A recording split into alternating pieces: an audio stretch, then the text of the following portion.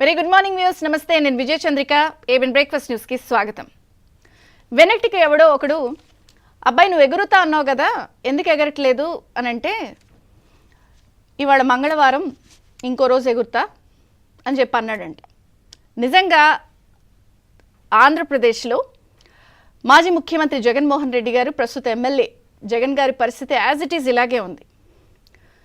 నువ్వు 175 వస్తాయన్నావు కదా, ఎందుకు రాలేదు అంటే, కనీసం గెలవలేకపోయావు కదా అంటే, దానికి కారణం ఈవీఎంలు అంటూ మంగళవారం అని ఎందుకు అంటున్నారంటే, మంగళవారం ఆయన మరి నిన్న మంగళవారమే చెప్పారు. అందరూ కూడా ఇవే మంగళవారం కబుర్లను మాట్లాడుకుంటున్నారు.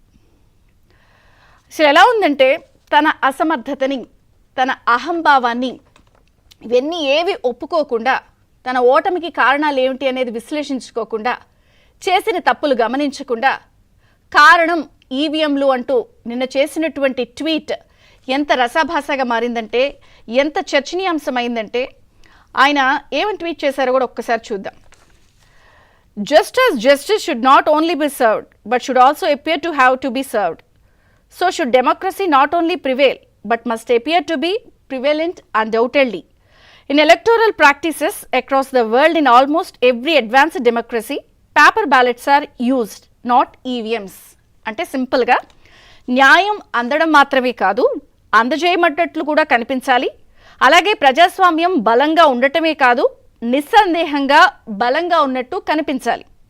ప్రపంచవ్యాప్తంగా ప్రతి అభివృద్ధి చెందిన ప్రజాస్వామ్య దేశంలోని ఎన్నికలు పేపర్ బ్యాలెట్ల ద్వారానే జరుగుతాయి, ఈవీఎంల ద్వారా కాదు అంటూ ఆయన చేసిన ట్వీట్ని అందరూ అసలు ఎందుకు ఇంత రచ్చ చేస్తున్నారు, ఓటమి కారణాలు ఎందుకు విశ్లేషించుకోవట్లేదు అనేది మాత్రం తీవ్ర చర్చనీయాంశమైంది. ఎందుకంటే గత ఎన్నికల్లో ఆయనకి 151 వచ్చినప్పుడు ఇదే ఈవీఎంలని ఆయన భేష్ అన్నారు. 80% మంది ఓట్లు ప్రజలు చాలా సాటిస్ఫాక్షన్తో, చాలా ఆత్మసంతృప్తితో వేశారు. ఒకవేళ ఆ రోజు ఫ్యాన్కి కాకుండా సైకిల్కే పడిపోయి ఉంటే అందరూ బయటకు వచ్చి నానా రభస చేసి గొడవ చేసేవారు కదా, ఒక కంప్లైంట్ అన్న వచ్చిందా, ఈవీఎంలు అనేవి పర్ఫెక్టు అసలు అంటూ సభాషని వాటికి సర్టిఫికెట్ ఇచ్చేశారు. ఎప్పుడు గత ఎన్నికల్లో ఇదే జగన్మోహన్ రెడ్డి గారు ఆయనకి 151 వచ్చినప్పుడు. కానీ ఈసారి 175 అని చెప్పి వైనాట్ 175 అని ఆఖరికి బొక్కబోర్లాబడి 11 వచ్చి, అదిగో నువ్వు 175 అన్నావు, అసలు కనీసం గెలవను కూడా గెలవలేదు కదా అంటే మళ్ళీ అవి మంగళవారం కబులు స్టార్ట్ చేస్తూ ఈవీఎంల మీదకి నెట్టేస్తున్నారు. మరి ఇప్పుడు కూడా ఈవీఎంల మీదకి నెట్టేస్తూ బ్యాలెట్ పేపర్ ఉండాలని అంటున్నారు. ఒక చిన్న లాజిక్, ఏదో సినిమాలో అంటారు, ఇంత చిన్న లాజిక్ ఎలా మిస్ అయ్యారు అని. అసలు ఎమ్మెల్సీ ఎన్నికలు బ్యాలెట్ పేపర్ మీదే కదా జరిగాయి. ఎమ్మెల్సీ ఎన్నికలు అనేవి బ్యాలెట్ పేపర్ మీదే జరిగాయి. ఏది జనరల్ ఎలక్షన్స్ కంటే ముందు. అప్పుడు టీడీపీ 3 ఎమ్మెల్సీలను గెలుచుకుంది. ఆ రోజేమో అదిగో మీరు బ్యాలెట్ పేపర్ మీదే జరిగాయి కదా, 3 ఎమ్మెల్సీలు టీడీపీ గెలుచుకుంది కదా అంటే సజ్జల రామకృష్ణారెడ్డి గారు లాంటి వాళ్ళందరూ బయటకు వచ్చేసి అబ్బాయి అసలు వాళ్ళు మా ఓటర్లే కాదు అని అన్నారు. మరి ఈవీఎంల బ్యాలెట్ పేపర్లతో జరిగితే వాళ్ళు మా ఓటర్లు కాదంటారు, ఈవీఎంలతో జరిగితే ఈవీఎంలే అసలు తేడా, ఈవీఎంలో కిరికిరి ఉంది అని చెప్పి బ్లేమ్ గేమ్ స్టార్ట్ చేస్తారు. అసలు ఎందుకు జగన్మోహన్ రెడ్డి గారు తన అసమర్థతని, అహంకారాన్ని ఒప్పుకోవటం లేదు, గడుస్తనాన్ని ఎందుకు ప్రదర్శిస్తున్నారు అంటే, గడిచిన కొన్ని వారం రోజుల నుంచి మనం జాగ్రత్తగా గమనిస్తే కూటమి ప్రభుత్వం ఏర్పడినప్పటి నుంచి కూడా మనకు అనేక అవకతవకలు కానీ, గత ప్రభుత్వంలో ఉన్నటువంటి అంశాలన్నీ కూడా ఒక్కొక్కటిగా వెలుగు చూస్తున్నాయి. పోలవరం వెళ్ళారు ముఖ్యమంత్రి చంద్రబాబు గారు. వెళ్ళినప్పుడు అక్కడ జరిగినటువంటి పరిస్థితిని, ప్రాజెక్టులో ఉన్న పూర్తి స్థాయి గ్రౌండ్ రియాలిటీని ప్రజల ముందు ఉంచారు. ఇంకా ఒక అడుగు ముందుకేసి మాజీ మంత్రి అంబటి రాంబాబు గారు అయితే అసలు పోలవరం ప్రాజెక్ట్ అసలు ఎవరికి అది అర్థం కాదు, చాలా సంక్లిష్టం అని అనేస్తున్నారు.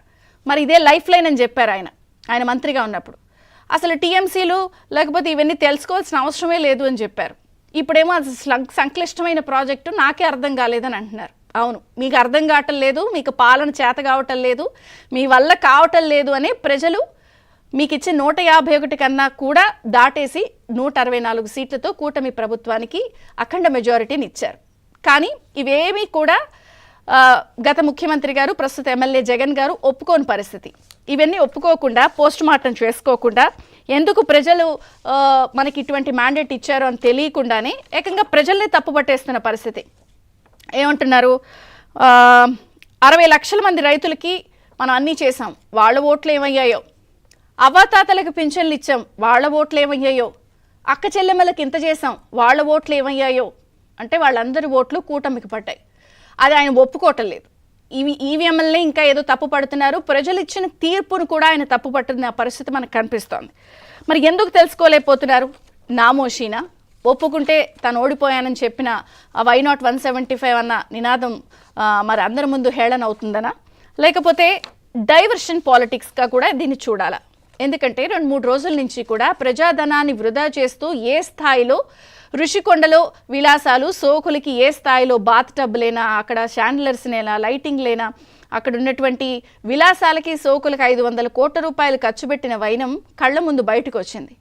అలాగే తాడేపల్లి ప్యాలెస్లో ఫర్నిచర్ లేనా, అక్కడ ఉన్నటువంటి రకరకాల సోకులకి వీటన్నిటికీ ఖర్చు పెట్టిన వైనం బయటకు వచ్చింది. సో ఇవన్నీ కూడా చర్చ జరగకుండా పూర్తి స్థాయిలో ఒక రకంగా డైవర్షన్ చేస్తున్నారా, లేకపోతే తన తప్పుల్ని, అహంకారాన్ని, లేకపోతే వీటన్నిటినీ కూడా డైవర్ట్ చేయడానికి లేదా నామోషిగా ఒప్పుకోవడానికి లేకుండా ఈవీఎంల మీదకి తెలివిగా నెట్టేస్తున్నారా? తాను గెలిచినప్పుడు అంతా మంచి అయిపోయి ఇప్పుడు తప్పు అని చెప్పడంలో ఉన్నట్టు ఉద్దేశం ఏంటి? ఈ తతంగాన్నంతా, ఈ ఆర్తనాదాలంతా ఎలా చూడాలి?